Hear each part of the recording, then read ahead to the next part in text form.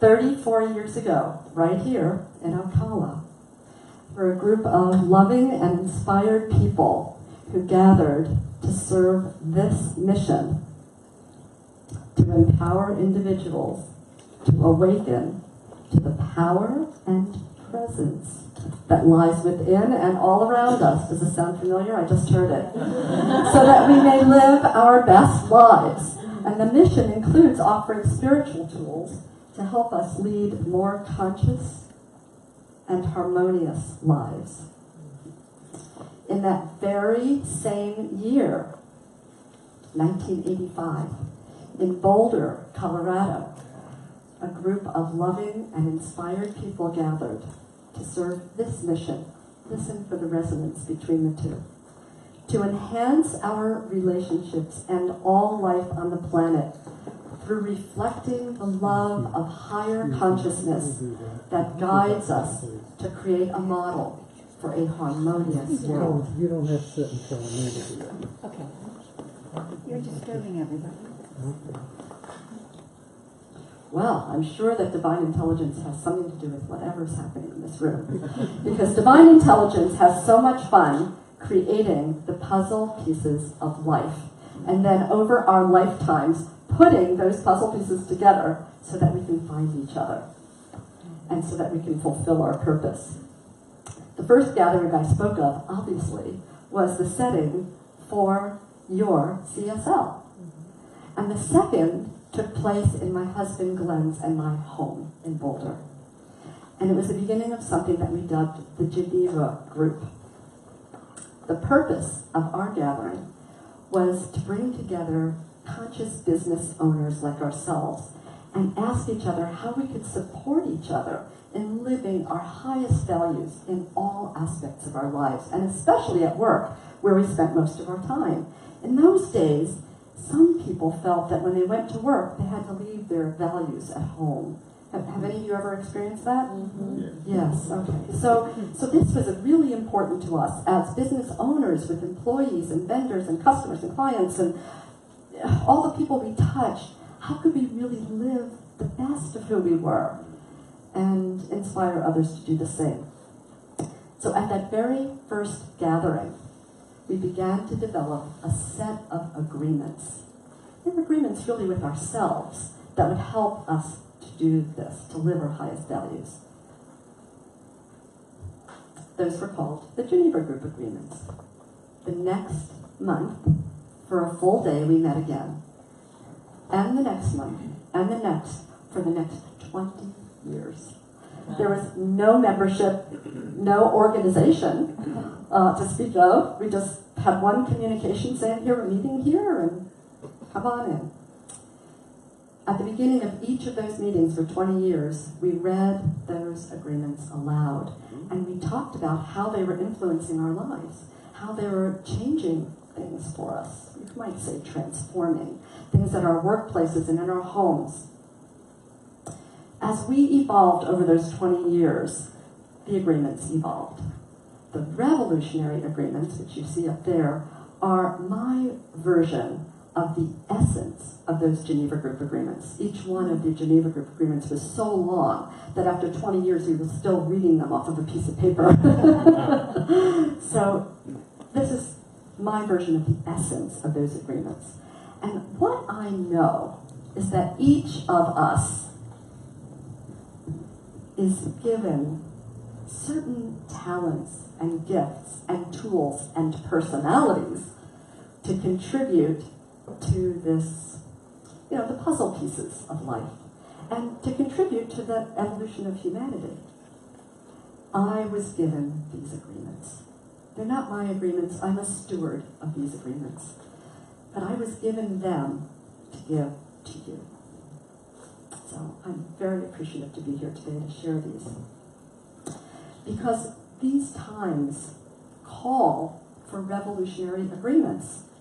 We are being called to change the prevailing paradigm of negativity to one of positivity and possibility. And we can do that by living these agreements.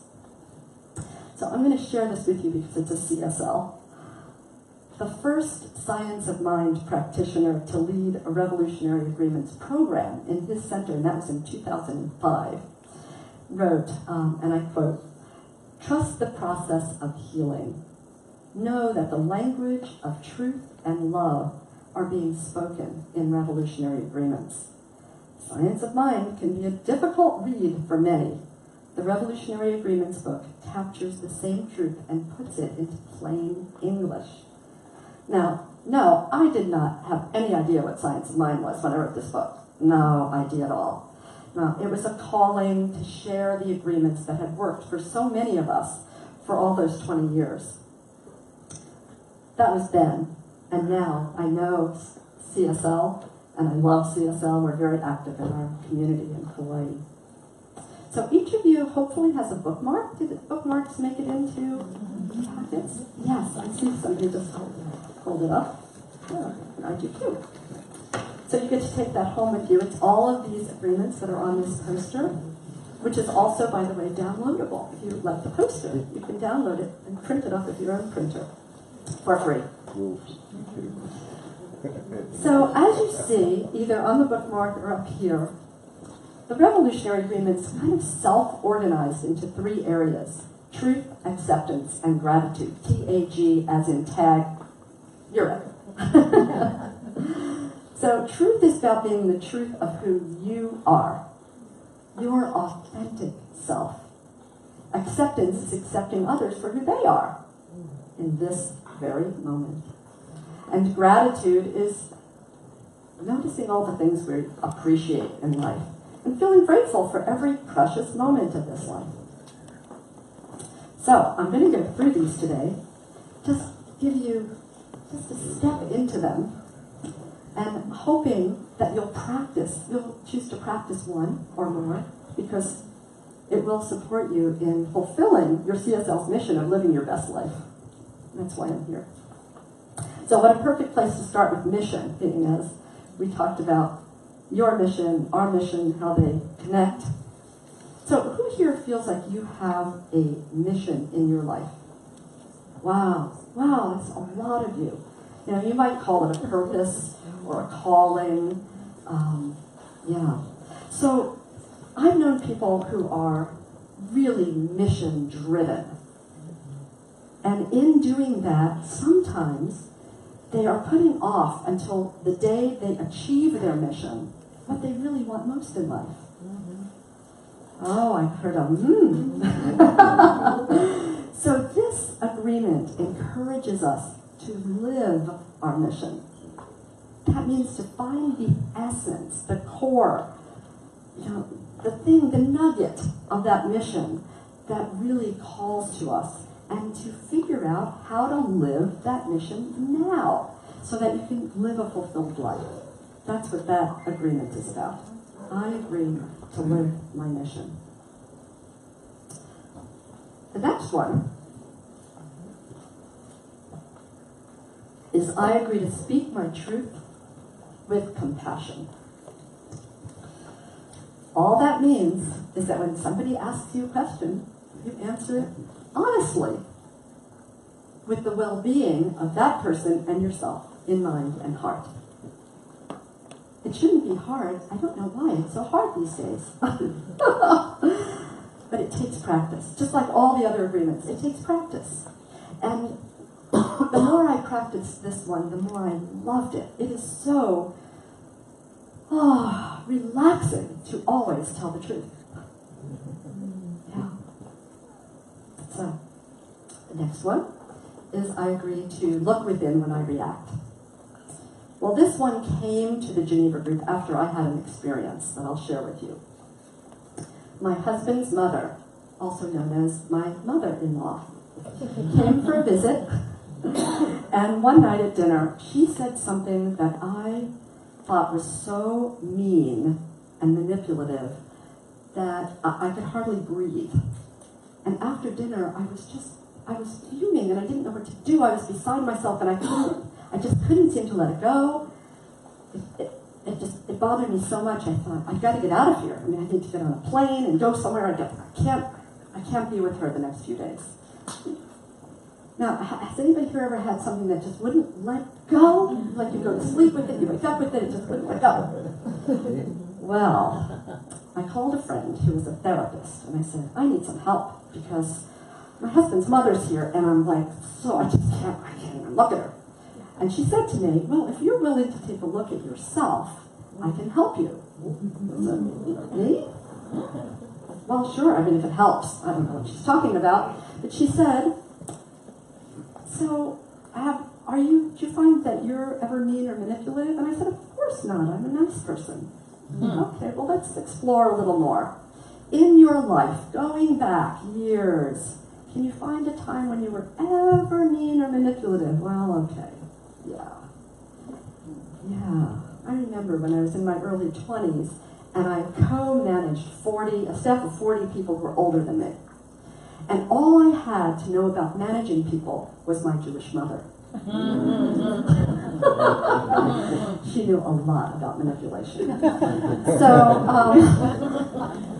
I did the best I could, but I did do some manipulation. And so my friend, the therapist, said, well, how does that feel? I said, well, it's kind of embarrassing.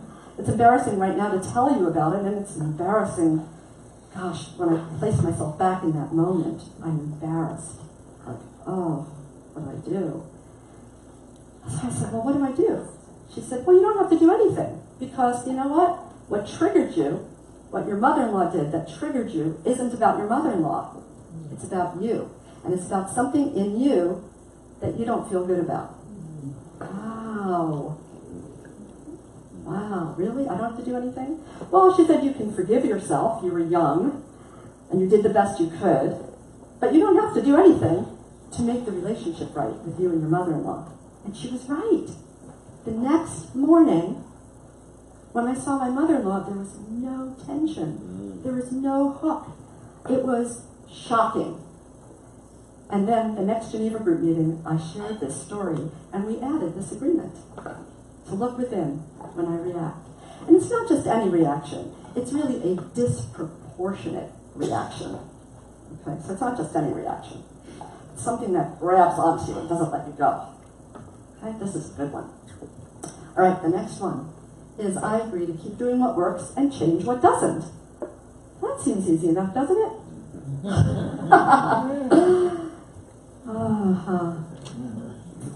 So in our Revolutionary Agreements programs that we offer, we go into the neurology of changing our minds. But actually, science of mind, it's all about the way you think. This is good. So to change what doesn't work, oftentimes we can't change the situation, can we? But we can always change our minds.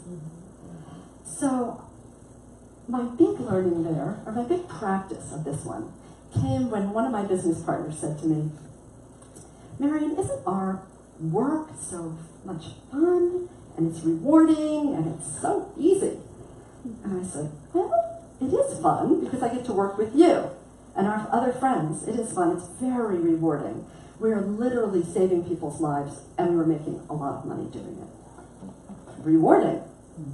But easy? No. No, I don't think it's easy. I think it's hard. She said, really? I think it's easy. I'm thinking, well, we do the same thing. How could she think it's easy and I think it's hard? Oh, as I reflected over the next days, I think it's hard because I was brought up to believe that it was important to work hard. And that I was a hard worker, and I was proud of being a hard worker. And a lot of other messages about things being hard. All things being hard, really, but work especially. And then I thought, well, I don't like that thought anymore. I don't want to think it's hard. I want to think it's easy too, and if she can think it's easy, I can. So, the next day, I just started building a new neural pathway in my brain by practicing something over and over and over again. And here's what it looked like. I opened the sliding glass door. That was easy. That's what I said out loud.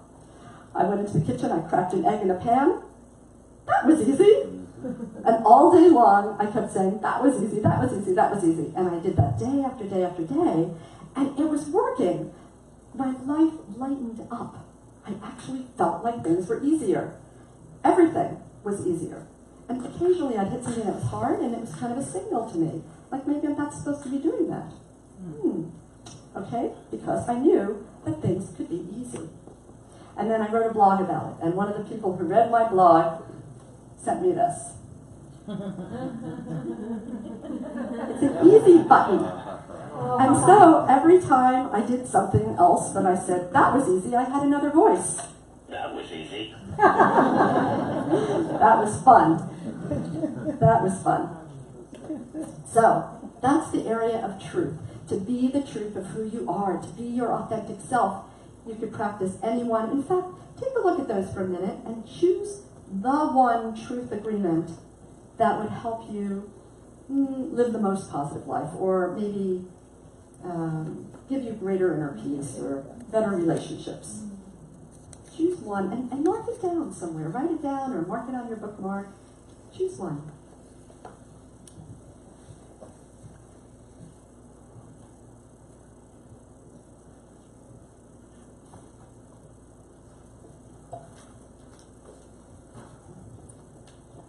Thank you for doing that.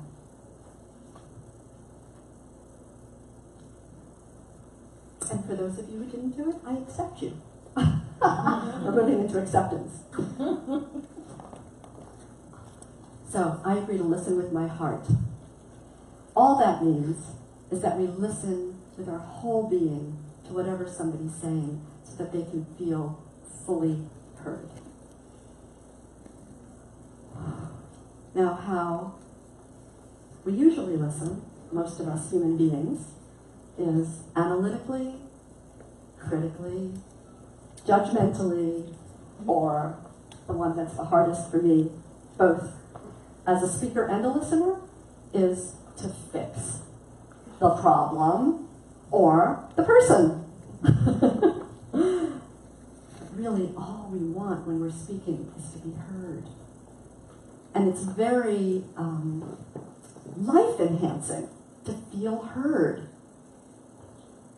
So, yeah, just tune in for a minute to somebody who really listens to you. Does anybody here have somebody who really listens to them? Yeah, so that feels different from people who are trying to fix you, doesn't it? Well, it works the other way too. Okay, so that's listen with my heart. Respect our differences. Wow, I've had a lot of practice with that the last 2 years, since the presidential election. I've had a lot of practice with respecting our differences. Yeah, that's what's up. That was up for me. So how I did it, I want to share with you in case this is helpful for you. I have a belief. And my belief is that we, sitting in this room and all over the world, are cells in the body of humanity. We are cells in the body of humanity.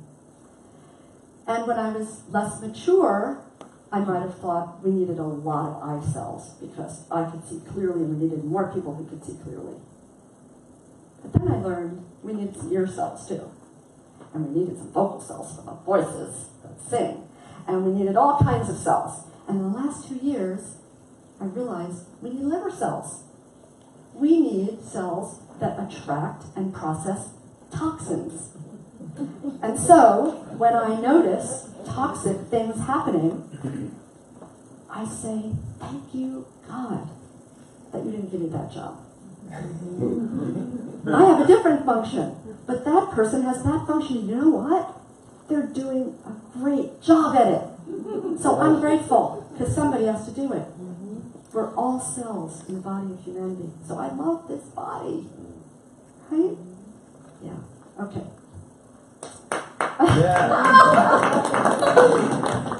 I'll take a bow for humanity. For humanity's body. I agree to resolve conflicts directly. That just means we go directly to the person with whom we have the conflict, and we don't talk about it to somebody else. And we do it as directly as possible, like after we cool down a bit or whatever. And actually, after we go back to looking within when I react, that might be a good idea, because there may actually not be a conflict, as you heard in my story with my mother-in-law. I could have said, that was really mean, that was really manipulative, but instead I looked within, well, I got some help, which is okay, and looked within, and it was my issue, not her issue. So, I agree to resolve conflicts directly, going directly to the person. I agree to honor our choices. How many people in here think they've ever made a mistake?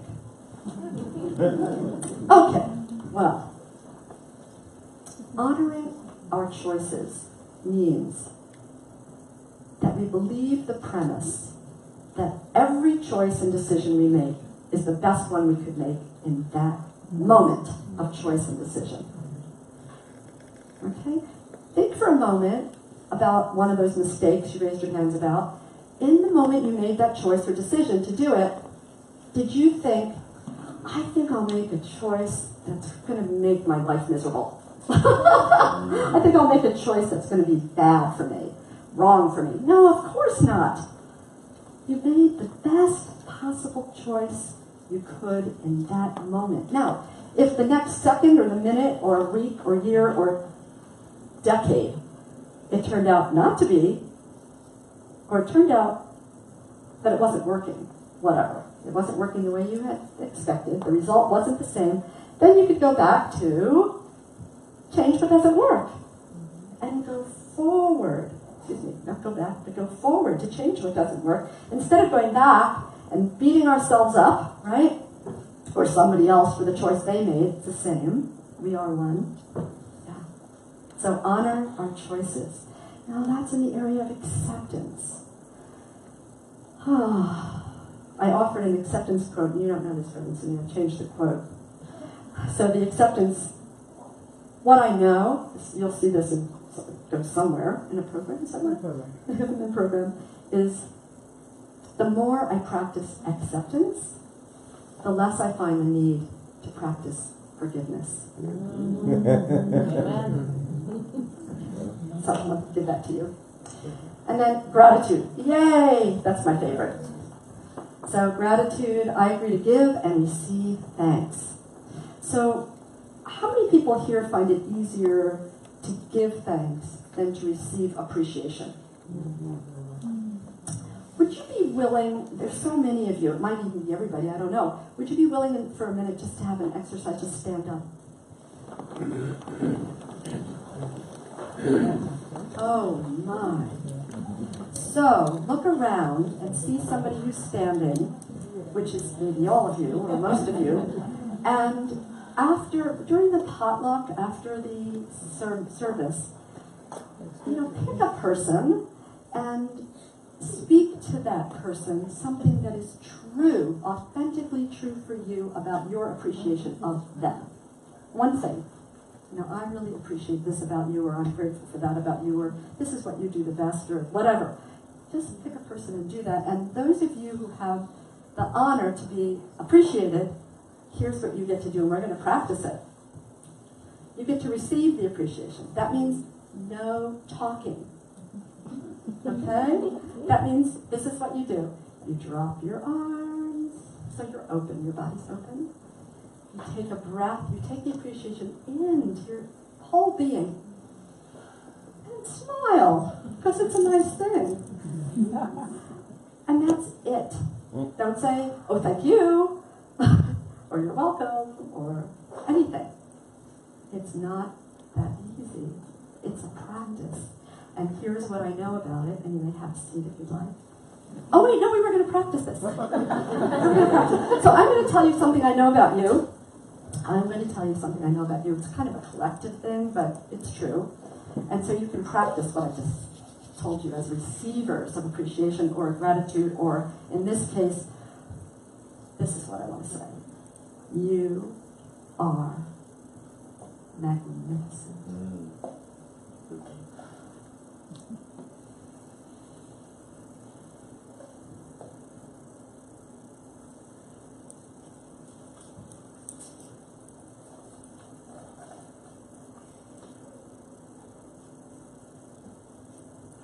Well done.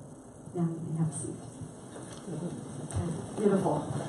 Here's what I know about receiving appreciation. The more you practice it, the more other things you receive too.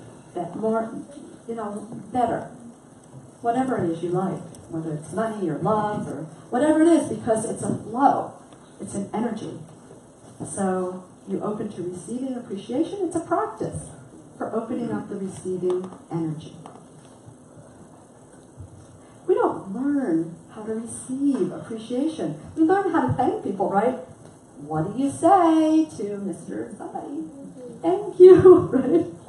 From the time we're little. But we don't learn how to really receive appreciation. And yet, we give appreciation. We want it to be received, right? Yeah. So we're just finishing the cycle. I agree to see the best in myself and others. Oh, I love this one. So this one saved my marriage. Yeah, I'm glad Glenn's here because I don't like talking behind his back. We had been happily married for 23 years. I had built a great business. And then it was time for me to write my first book. So Glenn took over the business. And he didn't do it the way I did it. And I wanted him to do it the way I did it. And I complained a lot. And a lot. More and more. And I was criticizing everything about the way he did the business. Then it spilled over into other areas of our lives. And like he could do nothing right anymore. It's, my baby business that he wasn't taking care of the right way. So we were celebrating our 24th anniversary, and I thought, if something doesn't change, we will not be celebrating our 25th. The next day, I found a little blank gratitude journal. Now, I had already written this book, so it's about gratitude. I thought, maybe I should practice what I preach. I took this blank gratitude journal. I thought, where would I like to sit every day for just a couple of minutes and write down one thing I'm grateful for about Glenn, one thing that is the best in him, one thing I love about him. So I picked the rocking chair in our bedroom where I brought my little baby up. And Glenn always sleeps later than me, so I'd sit in the morning, I'd look at him, and I would write something in this just small little journal. And the first day was really hard. Actually, I could find nothing I liked about him the first day. But I did write something because I was committed to doing that, and I'm very disciplined. So I wrote, thank you to the people who introduced us. Like, thank you for introducing me to Glenn. That's as far as I could go day one. Day two was easier. I just wanted to stay critical, right? So day two was easier, day three was easier, day 4, day 5. And then, suddenly, my relationship was transformed. He didn't even know I was writing. I didn't ask him to make any changes. From the time I decided to write the gratitude journal, I stopped complaining and I never asked him to make any changes. And my relationship transformed. This is really important because I got into gratitude. I got into seeing the best in him. And it's been only better since then, and it's been at least a decade. So it's only gotten better because now that's what I focus on. Where we focus is where our attention goes. We can't focus on both things at the same time. Yeah. So I agree to see the best in myself. That might be what's up for some of you, and others, that's what was up for me. And the last one is I agree to lighten up. Lighten up. Oh, did I miss one? Oh, I did. Thank you, Glenn. Look for blessings in the skies. Thanks. All right, so think for a moment about a time that you felt something wrong in your life. Something happened, there was a tragedy, there was just something difficult. And it turned out to be a blessing. Can any of you think of a blessing? Oh, yes. Okay, very good, very good. So it's important to actually notice that. So that, if you can see that happens time and time again, then you can know when you're in the middle of a difficulty that it's likely to happen again. Now, you might not know what it is, and you can't even fathom that it could be anything, but there might be a knowing that it will show up someday. Or maybe not, but there's a blessing. Maybe it's a blessing for somebody else. And so to know that puts us into a state of gratitude and relaxation when there's something hard going on, right? Okay. So I agree to look for the blessings in disguise. And then there's I agree to lighten up. Now, I'm going to get to this one in a minute because, I forgot something. I forgot to ask you when we finished acceptance to look at those four. Listen with my heart, respect our differences, resolve conflicts, and honor our choices. And which one of those would be most powerful for you if you began practicing it daily? So I want you to have one in each category by the time I finish this next one.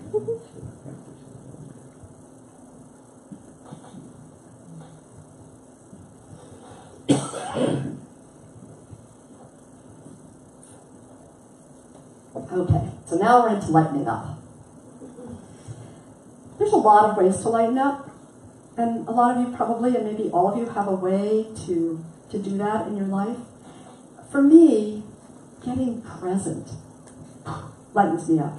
Because when I'm not present, I'm thinking about something that happened in the past that is intense, or I'm imagining something happening in the future that isn't here yet. If I get present, and isn't it delicious in here right now? This is being present with each other. It's good. So, I have a way that I get present every day, almost every day. And I do Tai Chi, and I've been doing it for 30 years. And there's an opening move that I do, and sometimes I only have time for that one little move or one little motif. And I'd like to share it with you so you can have it too. If you like it, you can use it. I'm going to show you what it is, and then I'm going to invite you to stand if you'd like, or you can sit in your chair if you like and do it from there. And I call it wow. I connect with the earth, with the energy of the earth. I embrace the energy of the earth. I opened the energy of the heavens, the sky, and it's a wow. And the slower, the better. Wow. And during that wow moment every day, that wow means different things to me. In that moment, it might be, wow, look at the sunrise. Wow, what an amazing day I have ahead of me. Wow, that I can do this, that I stepped out of bed again today. Wow, I mean, so many different possible wows. So I invite you to stand and to do this with me, or sit if you're more comfortable. And I will do it on the count of 3, and we'll do it slowly. So first, honor the earth, Mother Earth, who gives us all the food that we eat. So we embrace Mother Earth, we open Father Sky. Oh, wow, say it, wow. Let's do it one more time, that was so good. Wow.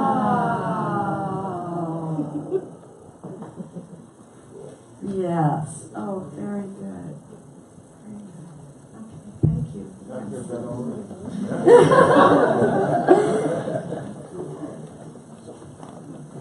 So, of the 4 gratitude agreements, which one, if you practice it daily, would support you most in having great relationships or greater inner peace?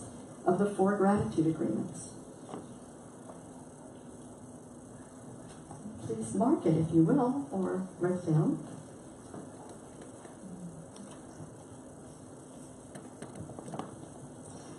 So, given that you've chosen 3 agreements, 1 from each category, which one now, let's not make it hard, not 12, not 3, 1, would you choose to make the greatest positive impact on your life right now?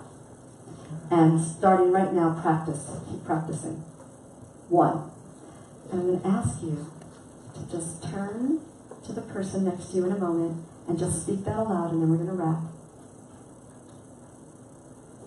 Say, I agree to, and whatever agreement you just chose, just to help anchor it. Just to help anchor it. And you can change your mind. You can change your mind later. But Yeah, just do that right now, just to anchor that agreement. So just turn to your neighbors, just speak, I agree to, and whatever agreement you've chosen. I agree to speak. I agree with my mission.